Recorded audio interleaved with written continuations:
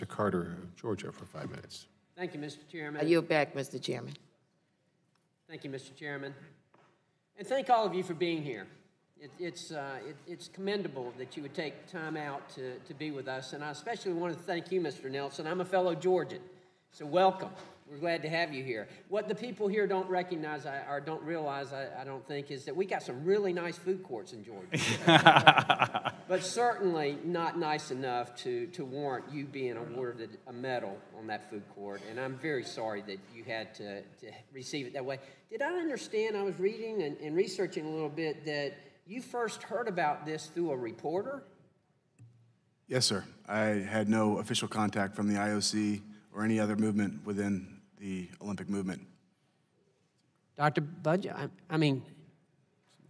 What I can say is that the process is an awful lot better now, and there's been some fantastic medal ceremonies for athletes who've been re-awarded medals as a result of reanalysis. Okay, and I'm glad to hear that, but what about notifying them? Do you notify them before you notify the press?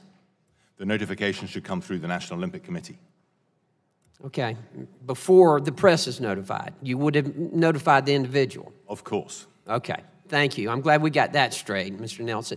Mr. Nelson, you impressed me, and I've read your resume. I mean, you're kind of the traditional Olympian. I mean, you just worked jobs and trained, and just like I think most Olympians have. So I feel like I can relate to you. I'll be quite honest with you, and full disclosure here, I wanted to be an Olympian too.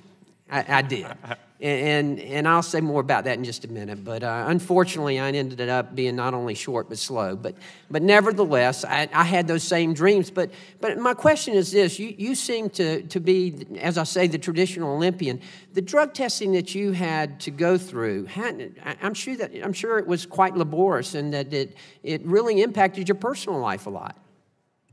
I think Michael has probably had more tests that I have experienced in my lifetime, but I can tell you they show up at the most inopportune moments without apologies. Over time, you build relationships with your collection officers, and it's important because they learn a lot about you in the process. But yes, it's extraordinarily invasive. Mr. Phelps, you want to share some stories with us on that as well? I mean, I'll agree. It's the wildest times. I mean, for me, I would have training trips to Colorado Springs to train at altitude, and I would have a morning off. But I would be woken up at 6:05 by the drug testers, and I wouldn't be able to go back to sleep. So it's like, those are the things that we're doing as athletes to make sure the sport's clean. And I wish I could say that about everybody else. Can you elaborate on that a little bit? I'm sure you've interacted with your competitors and Sure. Your international competitors. What kind of experiences do they have? Do they have similar experiences? Or They don't bring it up. They don't talk about it. they don't talk about it? No.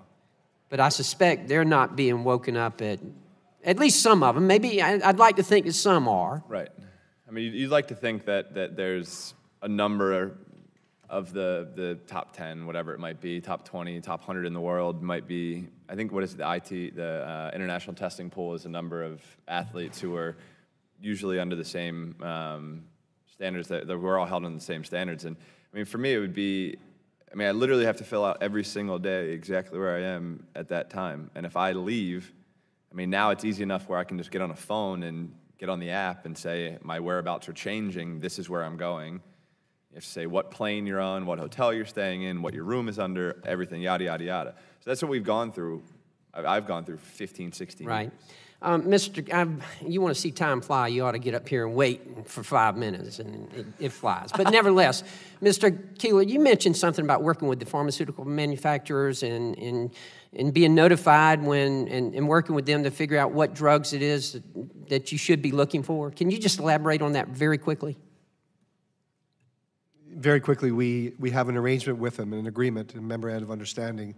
Well, they'll share information on preclinical trial substances, so we can find a way to detect methods when athletes, or should they be taking them.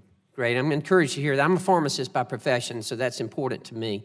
I've just got a couple of more seconds, and I want to say this, and I'm not trying to be dramatic here, but I think it's important. Obviously, you've got two world-class athletes here who we're very proud of and are doing more than just competing. They're here testifying about a problem and trying to fix it, and thank you for doing that. This is important, that it's fair to them, being world-class athletes, but it's important to a lot of kids around the world. It was important to me. There was a time when the three of us were the same.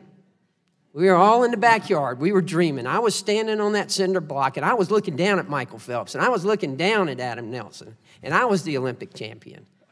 And we owe it to those kids. We owe it to those dreamers to make sure it's fair, to make sure they have the opportunity to compete. Thank you both. Thank you all for being here. I can now recognize Dr.